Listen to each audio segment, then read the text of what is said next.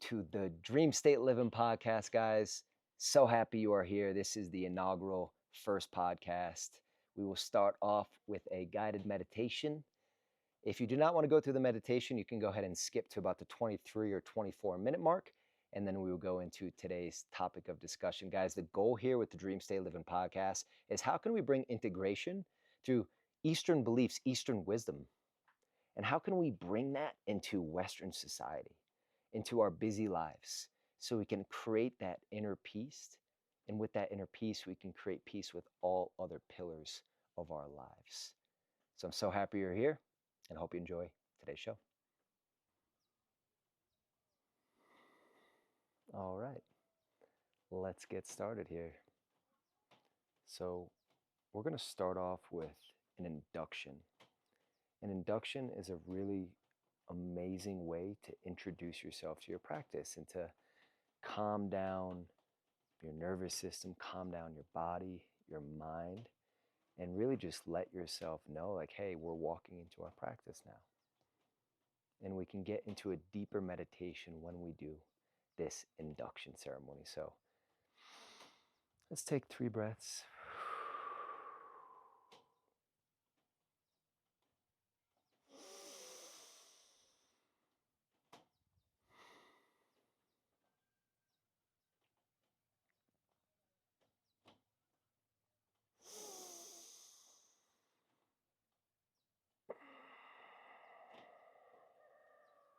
Now what I want us to do is I want you to visualize a white light floating above your head right now.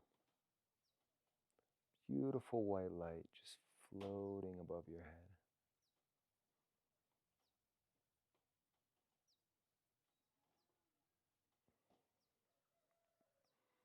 Big, beautiful, powerful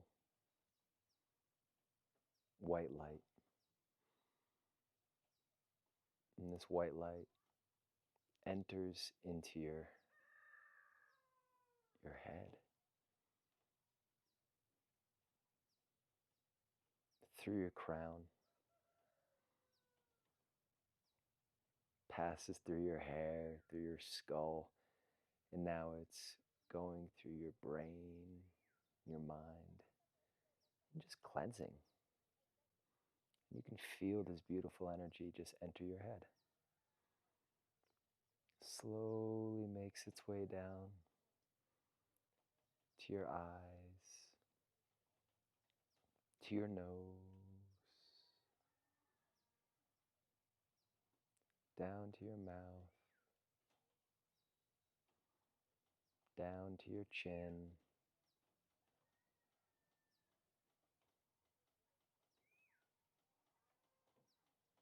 down to your neck. If you notice any noises, just let them exist. Do not attach to them.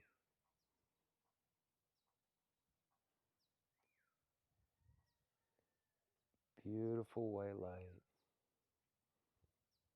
down to your left shoulder.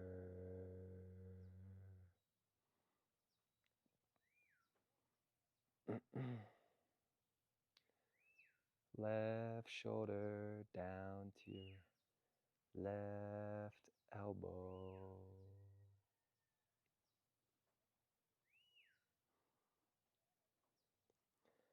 Left elbow down to your left hand. You can feel this white energy just filling up the left side of your torso here.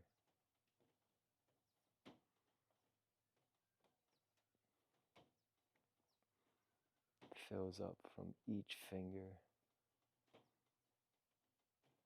You almost might feel a difference between your left side to your right now. And the energy makes its way back up, passing the wrist, the forearm, left elbow makes its way up to your left shoulder, across your neck,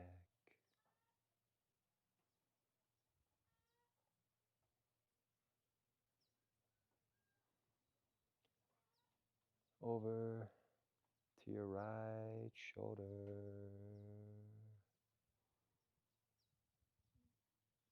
powerful white healing energy floating in your right shoulder, down to your right elbow,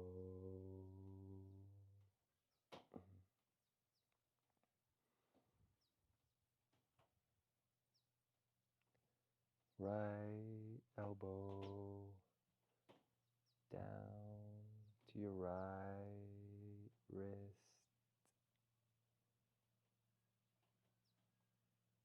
passing through to your right hand,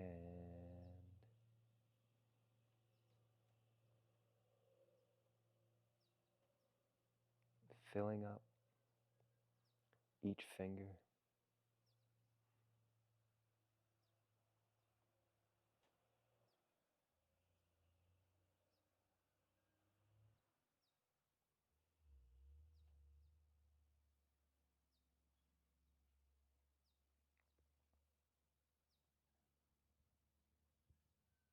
Now we feel power on both sides.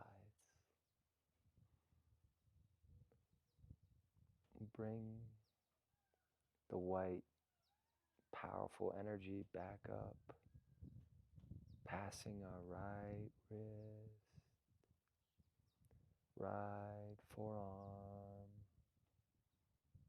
right elbow, back up to our right shoulder, back to our top of our spine.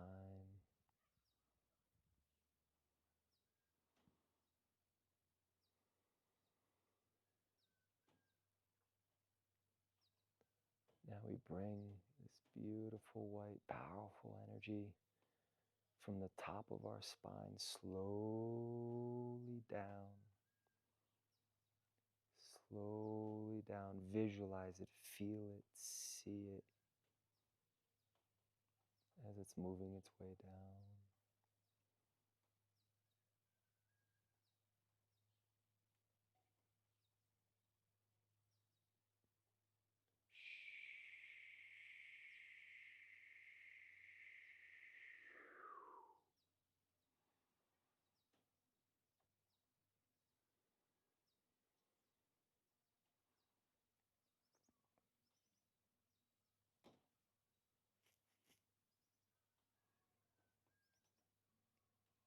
White energy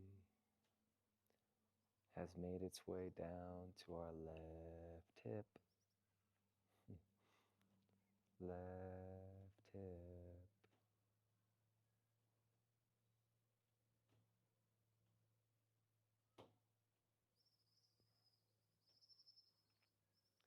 slowly move it down to our left knee,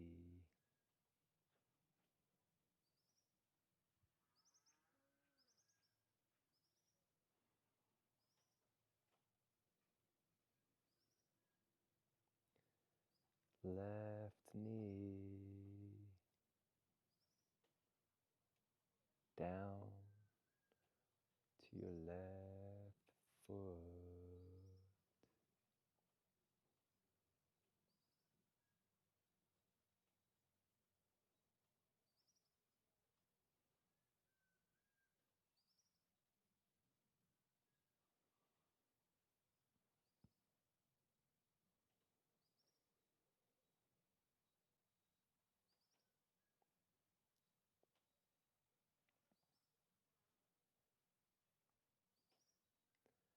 left foot,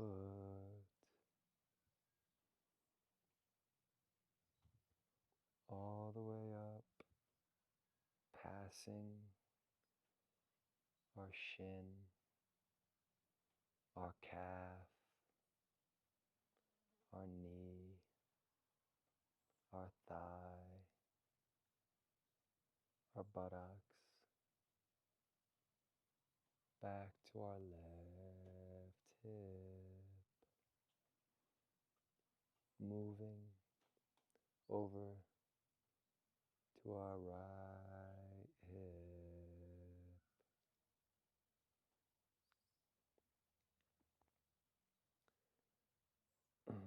Slowly moves its way down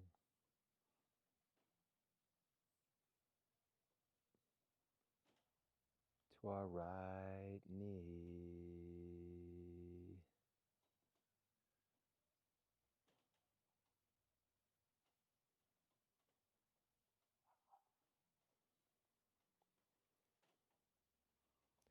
Right knee moves its way down to our right foot.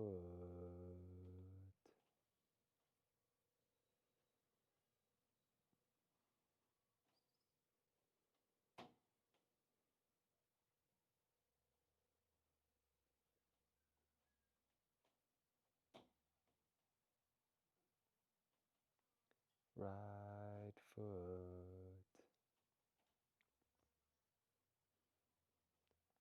Energy makes its way back up, passing our right calf, our shin, passing our knee, our thigh, our buttocks, back to our right hip, back to the bottom of our spine. This energy has now cleansed every part of our body, and we see and feel the energies, and the energy is forming a ball-like figure at the bottom of our spine. And on the count of 10, we're going to see that ball of energy climb its way up our spine and blast out of our crown chakra back into where it came from, out to space. 10, 9, 8, 7, seeing in the middle of your spine. 6, 5, 4, 3, 2, 1.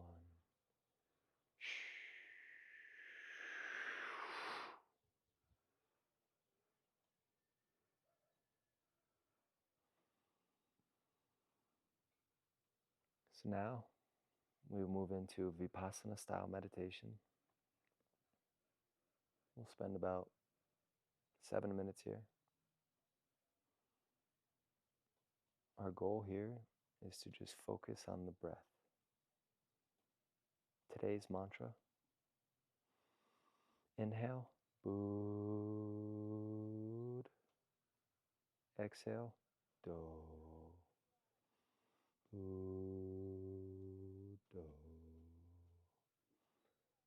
Bud, Do. Bud, Do. In a world of constant stimulation, you may be thinking some relaxing music would really be nice. Think of meditation music like dessert. You have to have your meal, your meat, potato, and vegetables before you can have dessert. We have to sit in pure silence before we can earn meditation music. So enjoy the silence with me and stick to your mantra. If any sounds happen or movements happen in your environment, just let them pass. It's okay. Do not get upset by it because that would take away from the beauty that we feel right now. Don't forget to smile.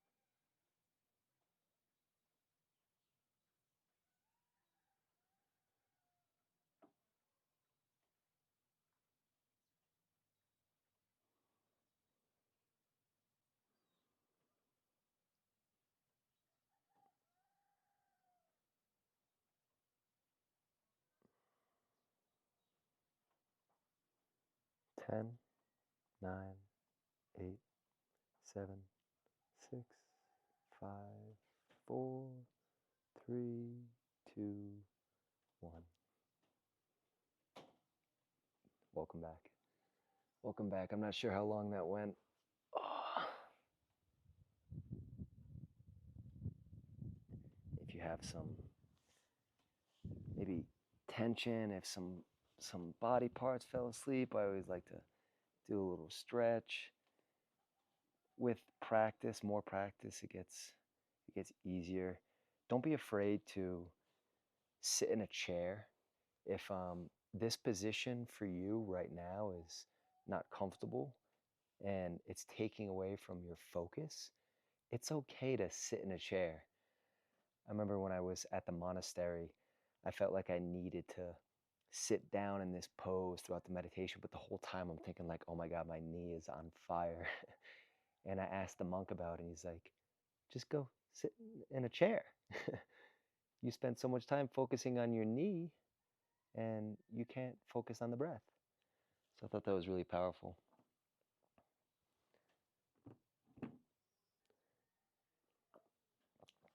All right, for those who skipped ahead and passed the meditation today, welcome. Welcome to the DreamState Livin Podcast. And for those that just went through the meditation, I hope you enjoyed that. I hope you feel grounded. I hope you feel present right now.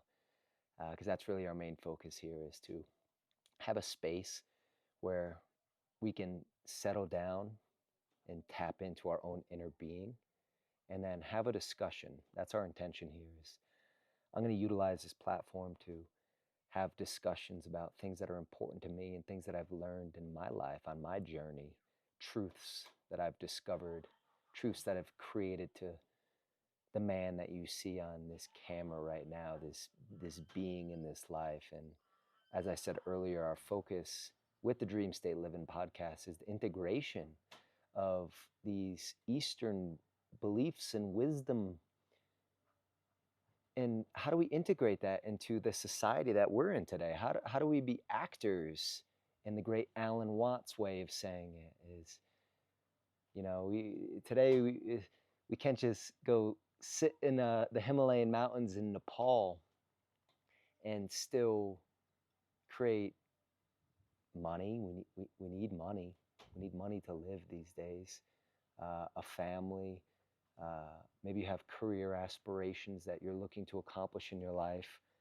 So how can we integrate the two so we can have the peace in our lives, the inner peace, that we can walk through life with that sense of being, that sense of happiness that meditation can develop? So that's our focus here. And a lot of our discussions are going to be along those lines, but then also other things that I'm learning on my journey, whether it's through philosophy or other types of wisdom that I want to bring on this channel. It's like the same thing I do in my podcast that I say, excuse me, not my podcast, my mastermind. It's like, hey guys, I love this mastermind so much because I just get to talk about what interests me, and it so happens that it benefits our lives and it interests you guys as well, and we all collectively grow and learn together. And it's like, that's the point of podcasts, right? All the great podcasts you see, it's just people talking about what interests them, like Joe Rogan. In the beginning, he had no care to make money off of the podcast. He was just like, this is just cool. This is fun to talk to these people. And you see a lot of his conversations. It's just him enjoying the conversations and bringing on people to the podcast that he thoroughly enjoys. Hola, mi corazón. Hola, papito. You want to join the podcast? And that's my focus here. Is I just want to talk about things that interest me, bring people into this space that also interest me. So I wanted to start off today with, how did we get to where we are now? And it brings me back to when I was around 16 or 17 years old. My mother introduced me to The Secret, that famous film that so many people have watched or read the book, and it's really changed a lot of people's life because it was an introduction to the law of attraction. And for me, when I watched that, I actually believed what they were saying. And I was like, wow, I need to implement this because I knew from a young age that I was here for a reason. So I started to, when I was driving to work, I would look at the trees and I would follow what they said in the film, whereas start to notice beauty in everything. So I'd be driving to work, I'd be like, wow, what an amazing sky. What a great tree. What a beautiful, beautiful life this is. And throughout that, I almost started to tap into a meditative mindset, and it would really calm me down on my way to work. And then when I was working at these nice restaurants and what I was doing, I would always focus on being positive in any circumstance, in any outlook. So whatever was happening, no negativity allowed, and I became known as the positive guy. Some people it would irk them. Oh, you're always so positive. Those are interesting cats, huh? Um, why don't you be realistic? And, and to me, there's almost no point. I'd rather be a delusional optimist than any form of pessimism. And it was amazing. And when I was in these restaurants, I'd be like, okay, guys, I'd do the practice. I'd do what they taught. I'd be like, I'm going to make $400 tonight. And I'd focus on that. I'd focus on making the $400. And some nights I'd make a buck 98. But a lot of the times I'd make the 400. And it'd be through like the craziest way possible. Whereas then I'd be at 280, and then the end of the night comes and I get this last minute table that tips me $120. And I started to realize that these things work. So I started trying in other areas of my life. I would go out to the bars with friends, and before I'd go out to the bars, I'd visualize like, okay, tonight I'm gonna meet a beautiful, beautiful female with blonde hair, blue eyes. And I would see myself going throughout it. I'd see her being interested in me. I'd see us having great conversation through dynamic exchange. And, at this time in my life, I was maybe 19, 20. So that's what I cared about, right? Girls. So, and I'd go out and it happened. It's like, oh my God, the technique works. It works in all areas. So I started doing it and utilizing it in my life. And it's like when something works, why would you stop doing it, right? So wherever you are in your journey, oh my God, this dog looks like a sausage. So wherever you are in your journey, if you haven't tried this technique before, try it, utilize it. Hola, papito, ¿cómo estás? Hola, you little sausage. So wherever you are, try the technique. Read some books about it. We can talk more about the law of attraction, maybe in the comments if you want to put that here, if that's something you want to dive deep into more. Let's do that. But when something works, why would you stop it? So that became the foundation for me getting into almost, if you would say, Eastern wisdom and meditation, law of attraction was through that, and then through application. Because it's right, we can read all the books in the world, we can listen to great films, and we can go to networking events, and we can go to these type of things. But if we don't apply it, we're not going to know if it works in our lives. So we need application to see if it actually is going to make impact. So through application comes impact, and then from there you can say it's like, hey, this is the truth to me, I'm gonna keep it, or you can throw it out the window, right? It's like I've read books before that worked for some people, but they didn't work for me. The application didn't work, or maybe I didn't put enough application into it, so I threw it away. We don't need to take everything that we hear from these gurus online. What aligns with our values, our principles, and it's like, okay, let's keep that. Let's keep that and let's roll with that. Maybe at the beginning of this, you skip the meditation because right now you don't know that the application works for you in your life. You don't understand why it would bring value to you, so you skipped it, and that's okay. I hope that maybe one day you'll go back and you'll try it. Be in a quiet space, but hey, you know what? I sat through that 20 minutes with Ethan, and I did it. And maybe it was really challenging, but over time you got better at it. Quick story: when I was 22 years old, so after having this application of law of attraction, starting to slowly maybe implement meditation into my life, nothing deep. I was in Southeast Asia with one of my best friends, Cody, and we were just backpacking around, and we met this girl who was talking about how she just came from this monastery in northern Thailand. We're like, monastery? She's like, yeah, I stayed with monks for free for a week. And we're 22 years old. We're backpacking on a budget. Like, for free? What? So my friend Cody went before me. Something we agreed upon that we actually wanted to do it separate so we could have beautifully separate experiences. Because when you travel with someone, you tend to have an experience with them versus an experience on your own. It's one of the reasons why I talk about solo travel is so beautiful and so important, is because if I'm with Cody, John, Bill, Bob, and whatever, and my identity is associated with them, which is it's okay, it's great, but oftentimes we want to go out as our own beings. We want to have our own energy. We want to have our own interactions with people that's solely based off Ethan. Hello, I'm Ethan. Not, hello, I'm Ethan, this is Cody, this is Bill, this is Bob, this is John, this whatever. You know what I mean? So Cody and I decided to go to the monastery separate. He went before me. He was there for a week. We didn't really talk much because he didn't have service. And then I went the week after him. And I committed to 7 days at a Vipassana-style meditation retreat in Thailand. And when I got there, I was like, if I'm going to do this, I'm going to go all in. So you had this badge that you could use, and it was the silent badge. So I had committed to be silent. I was like, okay, I'm going to do this for the first 5 days. Oh my God. I had just went from a 22-year-old backpacking, partying, drinking, hostel life, beaches, island hopping, to now I'm silent. I'm wearing all white. I'm meditating all day.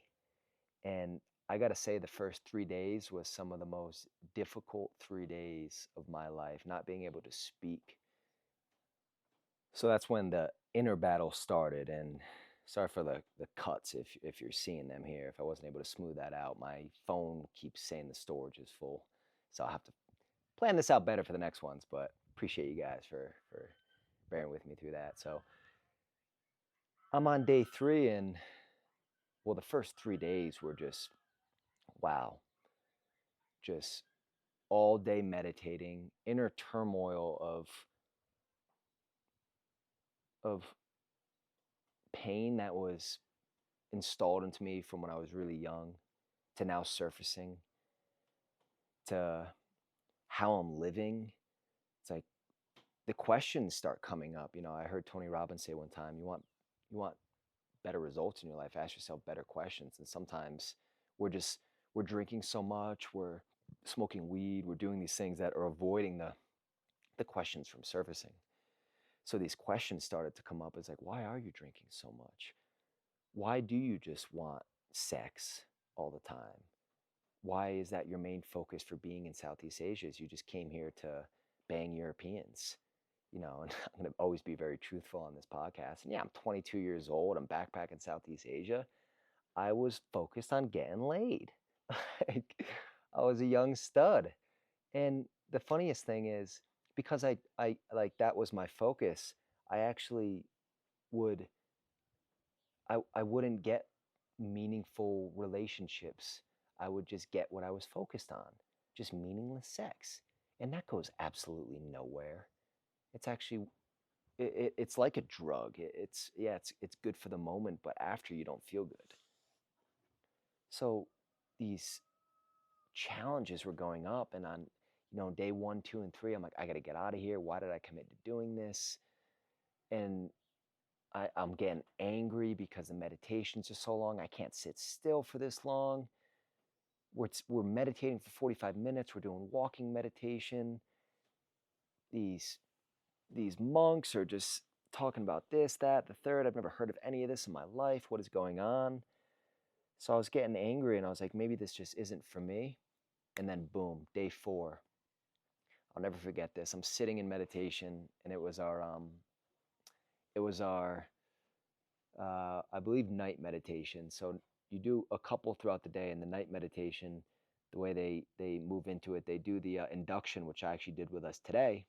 if you went through that. So we do our induction, which lasts about 10 minutes, and then we meditate for 45 minutes. So did the induction, and then I start focusing on my breath. And what I would always do it is I would count my breath. So Buddha, one. And the monks would say, okay, was that one long? Was that short? How was that breath? So I'd get really focused on it. So on this fourth day, I got up to 333 breaths without thinking of anything. It was remarkable. And also, I don't even know how I got to 333 because time didn't feel real. Right when I hit 333, the monk rang the bell that it was 45 minutes. I felt like it was 2 minutes. I instantly started crying. Instantly, because I just felt relief. I felt like this is why. This is why they do it. I understand now. I felt almost, if you will, nirvana. I felt so happy. I needed nothing. I needed nothing in that moment. I had everything. I was just so filled with life, with love, with existence. So the next 3 days, it was just like I finally started to understand Ethan more and to work on that relationship with myself, and everything really changed in that moment. Like, even the reason why I was in Southeast Asia had changed to this more enlightening experiment and experience, and the next 2 to 3 months were very profound after that. And it's very interesting how life happens, because after I left the monastery, it was my birthday, it was December 8th, and I got invited to this jungle party. And the jungle parties in Thailand they're a blast, if you will, but they're usually filled with drugs, alcohol, you name it, it's there. So we went to a jungle party. It was my birthday. And before I went to the monastery, I'm drinking every day. And I never really thought much of it. I never thought I had a problem with alcohol. I could drink a lot and be fine going back to work and taking off. Maybe not be fine, actually. I should reword that, because I definitely have always had a problem with alcohol. But at the time in my life, I didn't see it as a problem because everyone was doing it. Everyone was drinking this much. I thought it was normal. And at that young age, I didn't really feel much of like the psychological disbenefits, because I didn't really know what feeling good actually felt like. Hope that makes sense. So I left the monastery. It's December 8th, and I drink like I used to drink before the monastery. And all of that amazing energy I feel, gone. Gone. So all that work that I put in over those 7 days almost immediately went away, because I felt so good that day. It's my birthday. I'm feeling lit up. I'm making eye contact with everyone. I feel like my energy's way up here. I got white light beaming from me, just radiating. And then the next day after that, after being hungover, it's like all that's gone. And it was a very eye-opening experience. Now, I wish I could say, hey, I stopped drinking in that moment and I got a better relationship with alcohol, but that wasn't the case. I fought that relationship for the following, 6, 7 years. I actually just stopped drinking in August of last year, so I've been sober for about 7 months now, and it's a remarkably beautiful experience to live a sober life, which we'll dive into on more of these style podcasts. But I learned in that moment, it's like, hey, if you want to build up this momentum and you want to build up this feeling of feeling good on your own, like, you can't do these exterior vices. So I started to make meditation a practice from there on out. I started to make sure I would do it on a daily basis, whether it was just for a few minutes of silence or to do 45 minutes to an hour. And of course, there's been many days I've missed, and there's been days where I've done it a lot more than other. And the next thing I wanted to talk about is, right now, if you're at a stage where even today that meditation is really difficult for you, maybe it's time for you to have a getaway, if you will, with meditation. And by getaway, I mean, you don't need to go to Thailand and go to a monastery, but maybe you should rent out a cabin somewhere in the woods and commit to silence and being away from your phone and to meditation for 3 days. And it's going to be challenging, but having a getaway and building up some serious momentum with meditation, because that's going to make your 5 to 10 to 15-minute practice a lot easier and you'll look forward to it.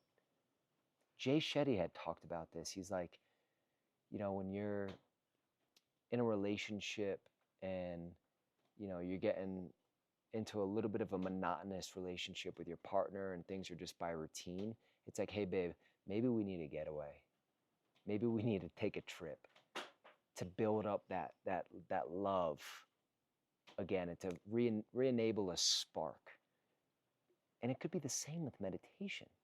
So I want to offer you, maybe you should do a meditation. And there's multiple monasteries all over the world. I bet if you research right now, monastery near me, you could find a monastery where you could go meditate, most likely for free for a few days. Meet some really amazing people. And a lot of these are free or if not very, very inexpensive. So anywhere can do it. And if you do go to a place like Southeast Asia, DM me. I'll send you the monastery I went to. The place is beautiful. I actually took 13 people there from my mastermind, and we went to this monastery together. And some of them were like, Ethan, this was the best trip of my life. And we only spent 3 days there because we had other things we wanted to do. We were in Thailand, but it was really beautiful to take others to that experience. So after I left Southeast Asia, came back to society, to normal life, at this point I'm having like a identity crisis. I'm like, who is this guy on social media? Who am I? I completely deleted my Instagram, which I was just talking about this the other day. I do regret doing that because, it's a introduction to, or a way to look at how my mind was working back then. But I was so like fed up with society. I'm like, fuck this. I'm getting rid of this social media. I want to live like a monk. So I got back to Western society, no social media. And at this point, I was like, okay, what am I going to do in life? I'm 23, 24 years old. And I got back into working in the restaurants, and then I ended up meeting a guy named Zane Jan. Shout out Zane. Really, really amazing dude. CEO of a company called Better Earth. And I started working with Better Earth for about 5 years. And within those 5 years, I really learned how to use my voice with meditation to share with others and grow that practice as well, because I didn't just consider myself an expert. After living with these people, I still am nowhere near that. I'm not calling myself that. My intention with this podcast is to grow my practice as well. So, but I became known as the guy because I was meditating. If you lived with me, I'd wake up and I'd meditate. I'd do it throughout the day. I'd have visualization practices. I had a course, 21 Days of Abundance, through Deepak Chopra, that I would offer to other people on the sales team. So I became known as Sensei, as this one dude, Nick Cavalieri, called me, and it kind of stuck. And that was a great honor to me. And I enjoyed being the guy that wasn't just like the sales guru, go knock 100,000 doors a day and go, work until your nose bleeds and just live a very unhealthy lifestyle. It's like, no, mine was the complete opposite. It's like, how can we be massively effective by treating ourselves really well also, and having the synchronicity between the two? Because I wanted to live a healthy life. I didn't want to have to sacrifice anything to make money. I wanted to have synchronicity between the two. And a lot of people stuck onto that. And that's how the DreamState Livin Mastermind was founded as well, is because people were like, Ethan, I really love how you speak on these subjects and how you integrate it with business and how to get deals. And it's just like if we look at our life through pillars, it's a good way to just keep business, relationships, family, health, and all the other things that matter to you. Keep those in the green, baby. Because when you have a better relationship with thyself, you can have better relationships. Not you can have, you will have better relationships with all those other pillars. So when we have a better relationship with thyself, and that is our focus here with the Dream State Living Podcast, better relationship with thyself, we can have a better relationship. We will have a better relationship with all of those other pillars that matter to us. Guys, we're going to call it here for the first Dream State Living Podcast. Wow, it's been an absolute pleasure to be here today. My phone storage got full a couple times, so hopefully I can cut this out and not make it too choppy. But if you've listened thus far, wow, I am extremely grateful for you to tune in to where I am in the world right now and to where I will be with this podcast. The goal here is to do this weekly, so I'll be dropping podcasts weekly in a similar format to how we did it today. So we'll start out with a meditation, and then we'll move into the conversation of the day. And the hope and the goal is to have special guests, just like my little papito here. You want to be a guest? You want to be a guest? So we will have special guests, people that I'm interested in on the podcast. And I'll always offer to them in the beginning. It's like, hey, you okay if we do a guided meditation? If they're not okay with that, that's totally fine. But hopefully they will be, and I'm sure they will be. So we can bring those to you guys. I'm currently in about 2 hours outside of Bogota, Colombia right now, just in a beautiful farm location. And I'm excited to share with you throughout these podcasts the locations that I'm in this world. So just keep on living, guys, and we will see you on the next one.